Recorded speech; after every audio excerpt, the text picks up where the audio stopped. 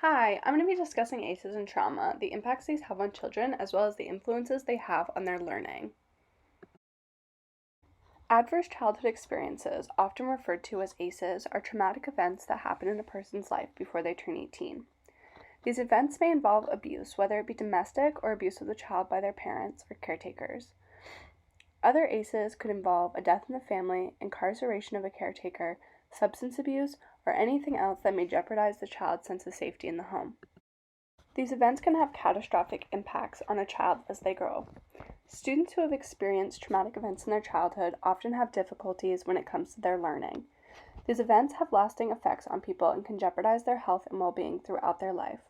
Because of this, schools and teachers need to implement trauma-informed practices. Students who are experiencing trauma or that have experienced trauma in the past are more likely to have a negative school experience because of learning and behavior issues that are left unaddressed.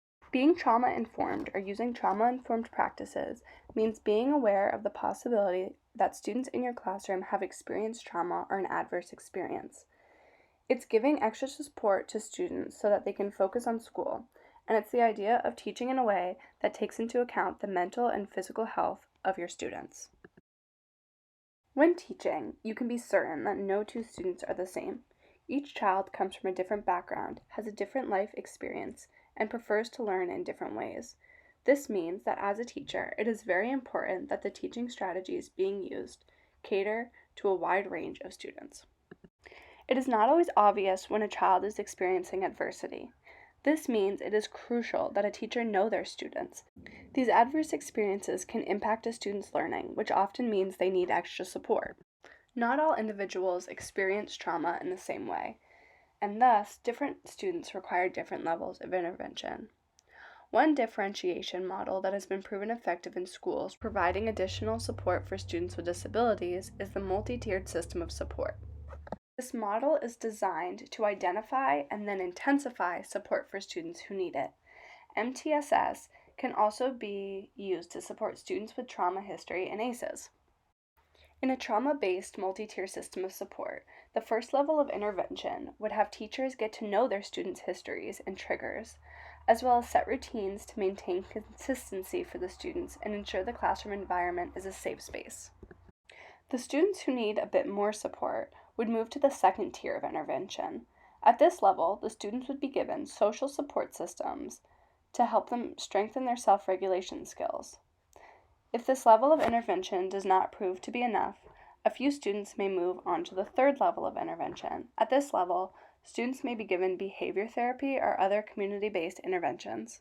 Ensuring that these students are given the support and differentiation that they need, they can have the opportunity to do well in school and feel confident in their abilities. Equality in education is giving all students the same material and covering that material in the same way. This does not work. Rather than an equal education, students need an equitable education. This means that some students need more of something than another student does, or they need to be taught in a different way to gain understanding of a topic. For example, if a teacher is discussing multiplication to her class, and she presents the lesson verbally at the front of the class while the students sit and listen at their desks, only a fraction of the students would retain this information, because not all students excel at learning in this way. Since each student has different learning needs, teaching all students exactly the same isn't effective. When it comes to students who are experiencing trauma at home, equity is needed in the form of differentiated instruction and social emotional support. These students need extra support that might be different from other students in the class. When a student is experiencing trauma or adversity at home, their accessibility and engagement to the information being taught at school can be limited. Students who are experiencing adversity have a hard time ignoring what they are dealing with at home to turn their focus to learning. As well as having a difficult time focusing on school, adversity can damage cognition. Exposure to trauma can lead to high levels of stress, which can damage parts of the brain that are critical for cognitive competence. One of the brain areas that can be affected by trauma is the cerebellar vermis. The cerebellar vermis helps regulate cognitive functioning. Another brain area that can be negatively impacted is the hippocampus. The hippocampus is responsible for storing short-term memory and converting it to long-term memory. When a child is exposed to high levels of stress in the form of ACEs repeatedly, These two areas are flushed with hormones.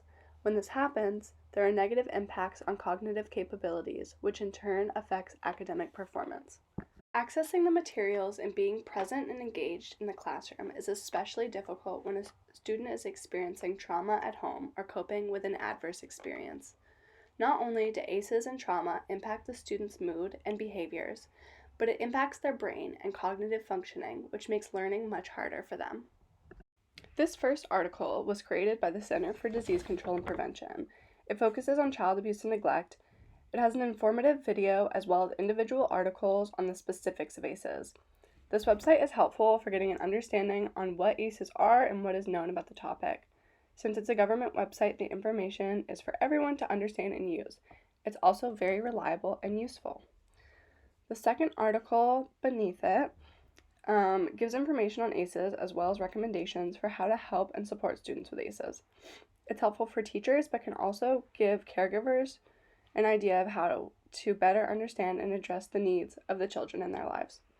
It belongs to the American Federation of Teachers and has many other articles on how to improve the lives of teachers and students across the country.